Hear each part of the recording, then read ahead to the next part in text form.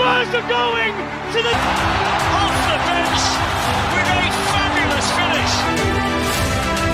Ricardo Quaresma on his first day. Selamat datang kembali di Corner, kick tempat di mana sepak bola bukan sekadar soal gol dan gelar, tapi juga tentang ego, ambisi, dan kisah-kisah luar biasa dari balik ruang ganti. Musim ini, perebutan Ballon d'Or bukan lagi soal Lamine Yamal, Pedri, atau bahkan Mohamed Salah. Tahun 2025 menandai sebuah babak baru saat satu klub justru menghadirkan dilema, siapa yang paling pantas dinobatkan sebagai pemain terbaik dunia saat semua kandidatnya berasal dari satu ruang ganti? Ya, kita sedang bicara tentang Paris Saint-Germain. Klub raksasa Prancis ini tak hanya menyapu bersih trofi domestik dan Liga Champions musim ini, tapi juga berhasil memunculkan sederet nama bintang sebagai kandidat kuat peraih Ballon d'Or 2025. Paris Saint-Germain sekarang menjadi pusat perhatian dalam perebutan Ballon d'Or 2025. Awalnya, Ousmane Dembélé jadi kandidat utama, namun Vitinha, gelandang Paris asal Portugal, mendadak menjadi perbincangan luas setelah performa gemilang. Di Liga Champions dan UEFA Nations League, nama Vitinha melonjak sebagai kandidat baru. Vitinha sebelumnya tidak masuk dalam 10 besar ranking Ballon d'Or, namun setelah kemenangan PSG dan Portugal di Liga Champions dan UEFA Nations League, namanya meroket hingga posisi 6 menurut media. Gol per 9 Juni 2025, PSG menampilkan dirinya sebagai tim tanpa tergantung pada sosok individual di lini depan.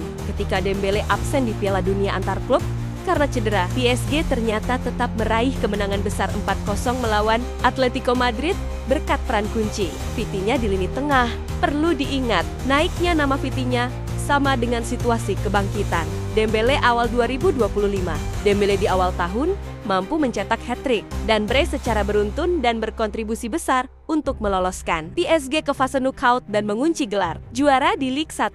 Selain itu, Dembélé juga menjadi pemain terbaik Liga Champions musim ini berkat asis dan aksinya menekan lawan di lini depan. Ini menjadi pujian tersendiri terhadapnya. Sekalipun cara dia menekan, lawan tidak tercatat dalam angka statistik. Dengan kata lain, Dembélé dan Vitinha menjadi dua kandidat terkuat dalam perebutan Ballon d'Or.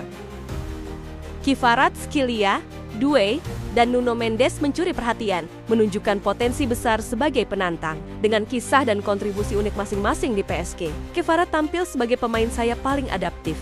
Kita melihat peran pentingnya dalam setiap pertandingan, knockout hingga final Liga Champions. Ditambah lagi, mereka mencuri perhatian dengan gol penting ke gawang Inter Milan. Doué menampakkan dirinya sebagai pemain muda dengan mental juara dan bahkan dinobatkan sebagai pemain terbaik di final Liga Champions. Sementara Nuno Mendes tampil konsisten dalam laga penting PSG dan Portugal. Dia terpilih sebagai pemain terbaik di final UEFA Nations League saat Portugal mengalahkan Spanyol. Secara individual, Nuno Mendes beberapa kali tampil cemerlang dalam mengunci pergerakan sayap lawan, seperti melawan Liverpool, Arsenal, dan Spanyol. Keterlibatannya tidak sebatas dalam pertahanan, namun juga lini serang. Seperti ketika menghadapi Aston Villa di perempat final Liga Champions, PSG tetap solid. Keunggulan para pemain PSG saat ini menggambarkan ketatnya situasi persaingan Ballon d'Or di kubu PSG sendiri, sehingga menampiknya sebagai perang saudara. Akan tetapi, konflik kepentingan tampaknya tidak mengganggu keharmonisan ruang ganti. PSG tetap solid sebagai satu tim. Sebagai contoh,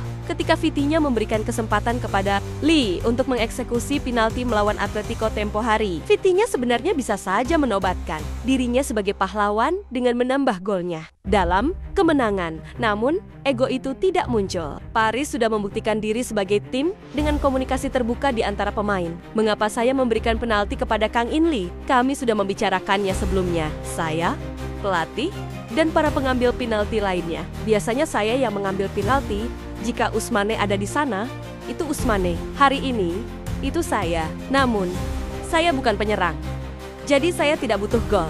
Jadi, jika skornya bagus, kami memberikannya kepada pemain penyerang yang butuh gol. Itulah yang terjadi pada Kang In, kata Vitinha usai laga PSG versus Atletico Madrid kepada DAZN. Real Madrid bisa jadi penantang dan peluang terbuka setelah absennya Barcelona. Situasi perebutan Ballon d'Or 2025 menjadi menarik karena Barcelona absen di Piala Dunia antar klub. Hal ini membuka lebar peluang pemain PSG mendominasi kandidat teratas. Dembélé sendiri belum kokoh di puncak kandidat karena harus absen di laga awal Piala Dunia antar klub dan diperkirakan kembali di laga ketiga PSG. Real Madrid masih mengirimkan Mbappe dan Vinicius Junior sebagai kandidat peraih Ballon d'Or, tapi peluang mereka untuk masuk ke dalam 3 besar cukup sulit. Mereka mungkin bisa menjadi perbincangan luas jika mampu menunjukkan performa luar biasa di Piala Dunia antar klub untuk menebus kegagalan Real Madrid di kompetisi domestik dan Eropa. Dan begitulah football lovers, ketika klub lain berjuang mencari 1 bintang, PSG justru menghadapi masalah yang menyenangkan. Terlalu banyak pemain yang layak dinobatkan sebagai yang terbaik dunia. Vitinha, Dembele, Mendes, Doué, hingga Kvaratskhelia.